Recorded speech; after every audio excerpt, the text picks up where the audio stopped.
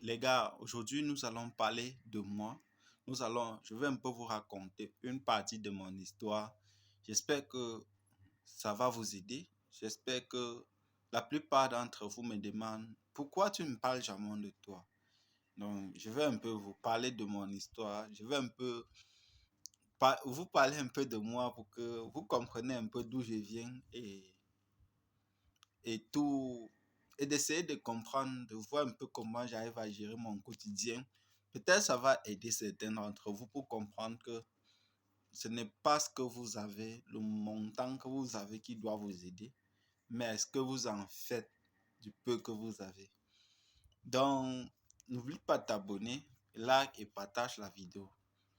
Les gars, euh, bon, je vous laisse d'abord deviner dans les commentaires.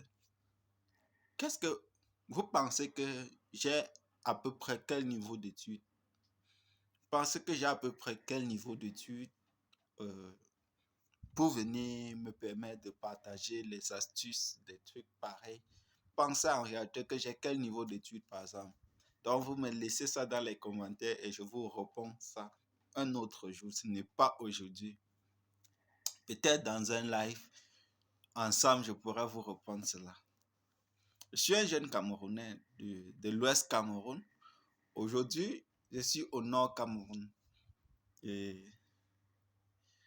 je pense que tout ce que j'ai eu quand j'ai arrêté les études en fait, tout mon capital, donc c'est-à-dire, quand on dit parti, toi en aventure, parti te chercher, qu'un homme grandit, il doit normalement quitter sa maison pour aller se chercher.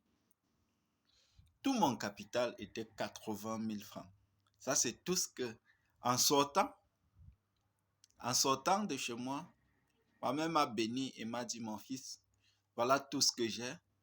Et j'ai confiance en toi et je sais que tu vas t'en sortir. Je compte sur toi, je sais que tu es assez brave, tu es assez courageux.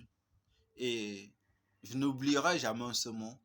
C'est que si tu t'en rends compte à un moment donné que tu es en train de t'égarer, si tu t'en rends compte que le chemin que tu es en train de suivre à un moment donné, que ce n'est pas vraiment, ça ne correspond pas à tes valeurs, à tes principes, regarde, rappelle-toi des moments dans lesquels on était ensemble.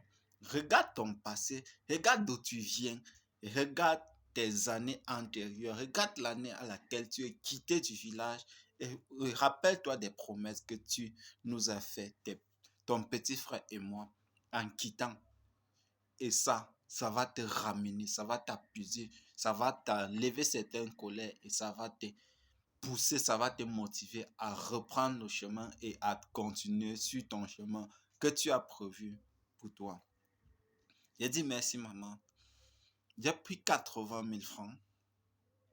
Sur les 80 000 francs, juste le voyage pour ma destination qui était le Nord Cameroun, le voyage à lui seul m'a pris 30 000 francs.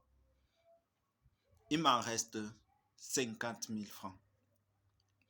Heureusement, pour moi, on dit que il ne faut jamais travailler juste pour dire que... En fait, tout ne se base pas sur l'argent. Pendant les vacances, j'étais allé à Douala, dans le littoral du Cameroun. Là, j'ai fait des stages, je travaille dans les chantiers pour pouvoir avoir un peu d'argent pour les écoles, pour l'école et tout et tout. Mais sachez que moi, quand je partais en congé, je ne faisais pas plus d'un mois parce qu'il fallait que je rentre m'occuper de mes travaux champêtres et tout et tout. Quand je suis rentré de là, je faisais un chantier et ce monsieur à qui le chantier l'appartenait, chaque année, quand je venais, il m'observait. Je venais, là, il m'observait. Après, quand je veux partir, on me motivait même que j'ai fait du bon boulot et tout et tout. Je dis merci.